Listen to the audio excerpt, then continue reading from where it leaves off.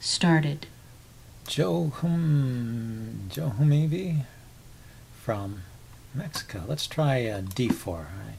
My attempts to play the Scotch have not been successful lately, so I'm going to give up on e4 and play d4. d4, c5.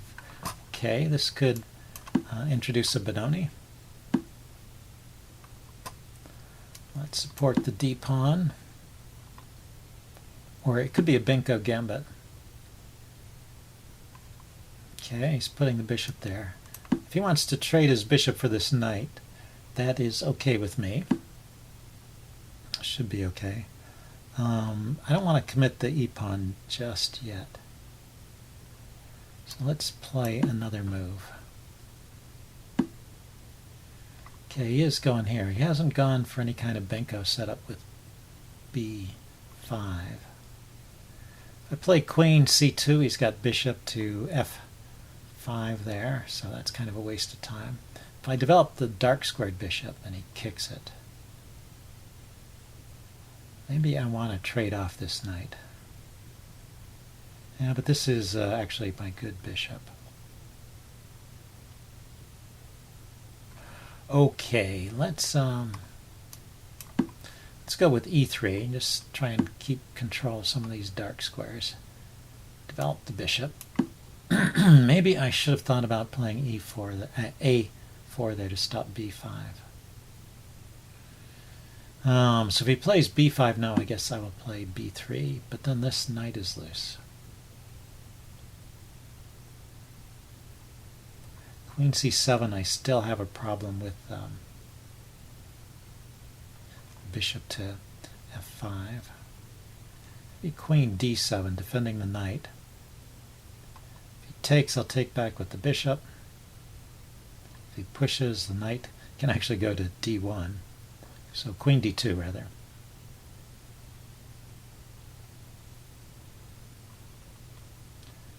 Then the knight could hop into this square. Yeah, this is all kind of unpleasant. Yeah, so I should have thrown in a4 and stopped all this. Okay, I can take the pawn. Okay, or I should consider b3. b3, and he moves the knight with tempo. I take the knight, he takes the rook in the corner. I can't take back with the queen and get immediate tactics on that diagonal, so I don't like that. I do not like that at all. Can I move the knight immediately? The knight really has nowhere to go. I've taken away all the squares for that knight. Okay, queen to b3 defends the knight. And doesn't run into any bishop moves. So let's try queen b3. I've been a little unsharp, less than sharp lately. I lost some games.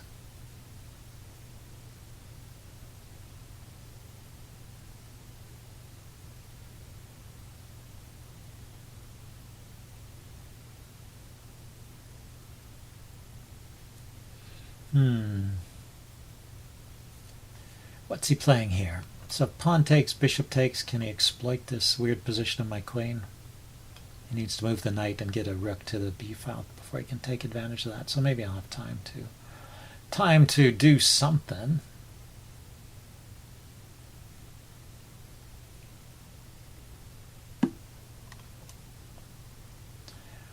I could also take with the queen.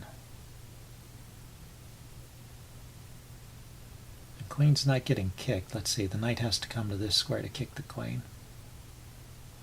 One of these dark squares, so that'll take a couple moves. Let's take with the queen. Maybe I can get in b3, bishop b2, and rook to c1, and I'll be okay. And I am ready to castle if things get hot over here on the king side, and my queen is looking at this square. The square on the square on e4 there for his knight. Okay, so if I play b3 now and he plays knight e4, I can play bishop to b2. Knight takes, bishop takes should be okay. So let's do that.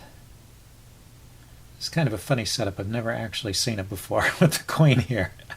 So I may have made a mistake, but it seemed kind of awkward, my position, so I'm just trying to do the best I can with what I've got.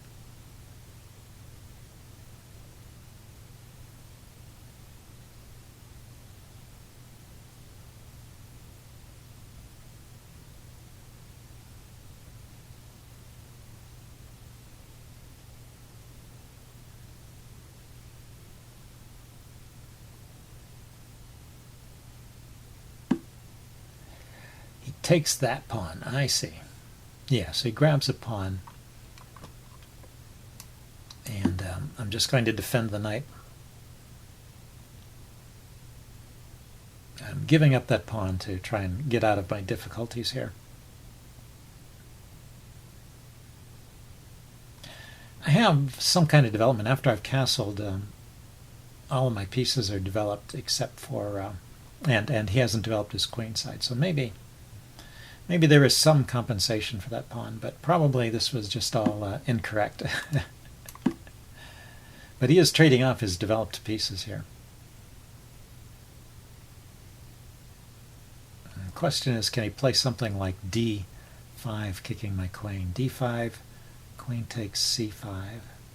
There's some move that attacks the queen, because the queen's needed to defend the bishop. I mean, I could also run back to... on d5, I could run back to d3. A d5, c5, knight, maybe knight d7, kicking the queen. Or that move, kicking the queen. Okay. Then I go to d6. That seems pretty clear. d3, rather. You can keep kicking it, but now the queen can drop back to d2, which is a pretty comfortable square for the queen. He got another piece developed with tempo, though, so he's catching up in development. Not bad for Johumivi. Or Yohumivi, I don't know.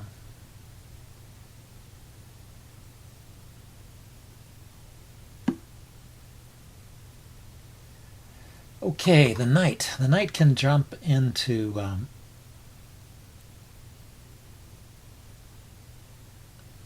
he can jump into b4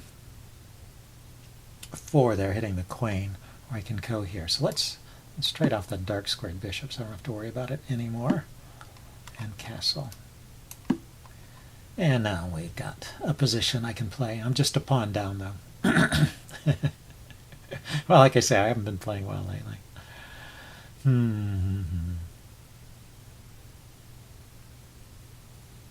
So what's going on here? I have knight g5 as an idea, maybe, hitting his bishop. There's checks against his king on that diagonal if I can never find a tactic involving that, like the knight got stranded out here somewhere.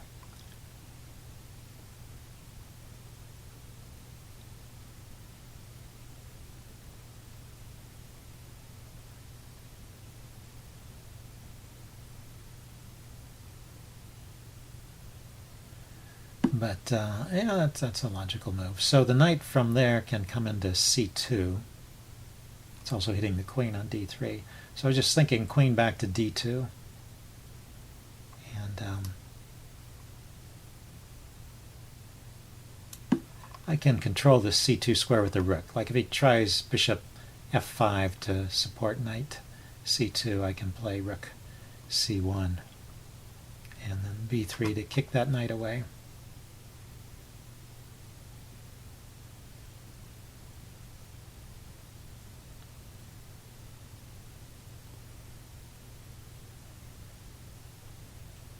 Also knight to h4 to kick the bishop. Okay, so let's see what he comes up with here.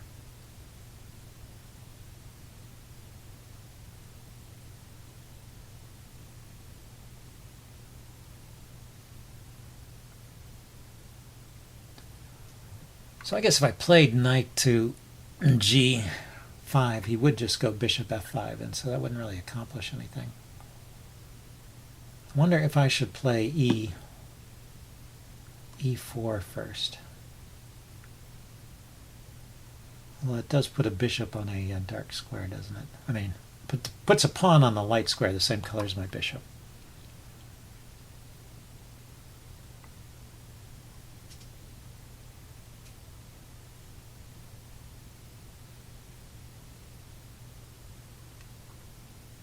Okay, rook to c1 to control a c2 square, so I don't have to worry about his bishop so much.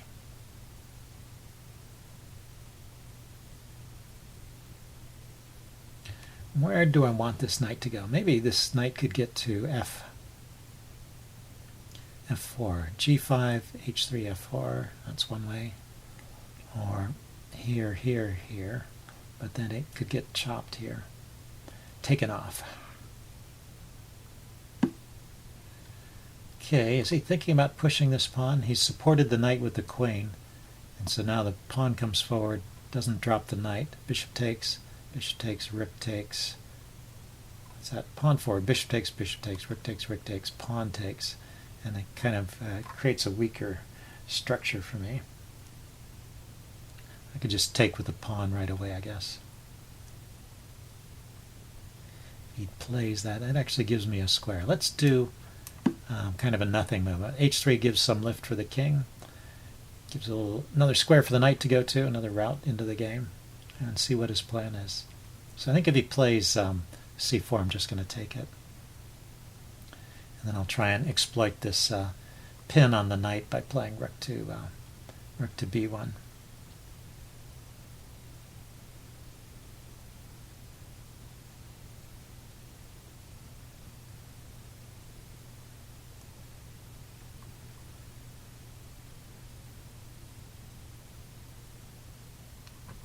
See, knight to g5 to to e4. Does that do anything? Knight g5, bishop here. I could kick it with the pawn, but I'm probably just creating weaknesses on my king's side if I do that. What is black's plan here? I thought his plan was to push the pawns forward. Okay, yeah. So now he's pushing the d pawn, and that would support the c pawn. But that also opened up a square for my knight, so I have knight to e5 now when I didn't before. But is knight e5, does it accomplish anything?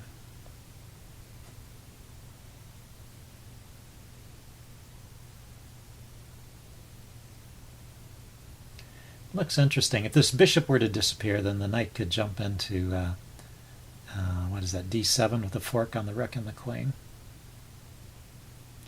If he harasses the knight with f6,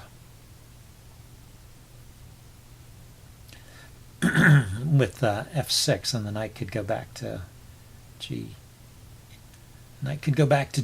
there. Takes, and I get a bishop versus a knight. Now let's put the knight there and see what happens.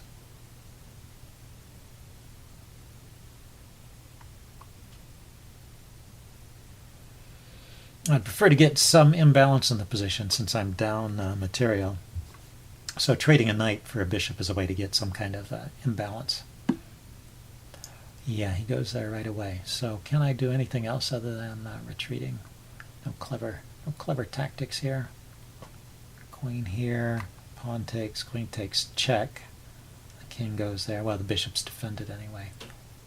So let's go back here first, and if he kicks it again, I can go to h2 and out to f3, come back into the game that way. Maybe now I have the idea of playing e5 and queen to h6.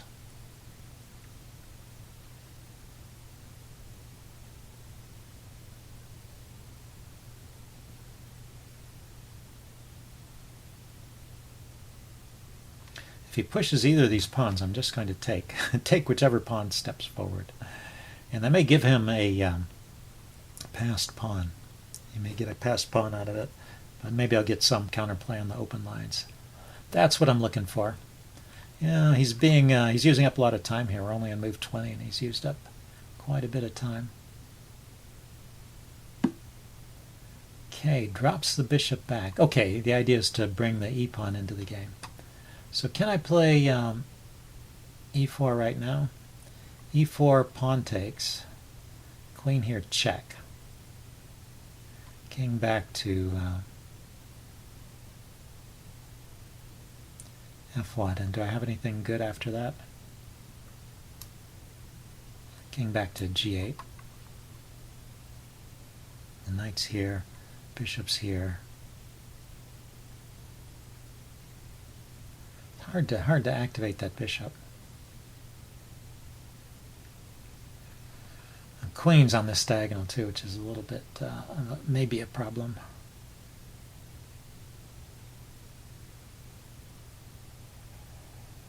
Okay, can I double on the c-file as an alternate plan?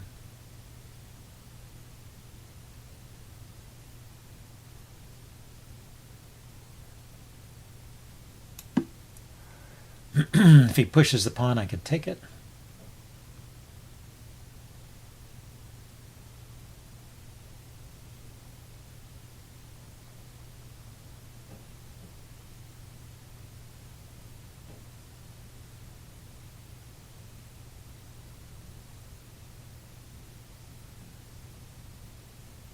The idea with doubling is that maybe I can kick the bishop, kick the knight at some point and actually triple with my queen. So rook here, pawn to a3, and then the knight moves, and then queen here, or just taking right away. Okay, so he kicks the knight again, so no longer will I have this queen h6 option. Okay, so back here, this is my idea. This is wasting a tempo, I guess, but the knight can come out to f3. Wasting a bit of time here. Okay, now he comes in. So let's just double here and see which way he's going.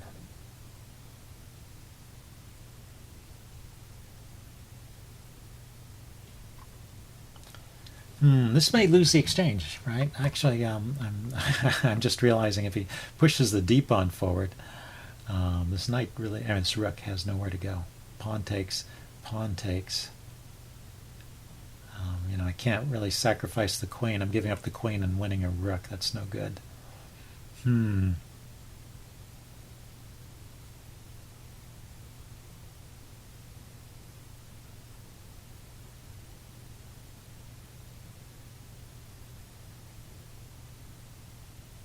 Yeah, so just D. Black forfeits on time. Oh, that's kind of funny. Well, he was a deep thinker there. So, yeah, he's winning here with D5 probably. D4. So anyway, I will do a postmortem. I got into trouble right in the beginning, so we'll check out the opening and see if I can, how I could have improved that. Incoming and, challenge. See you guys later. Bye.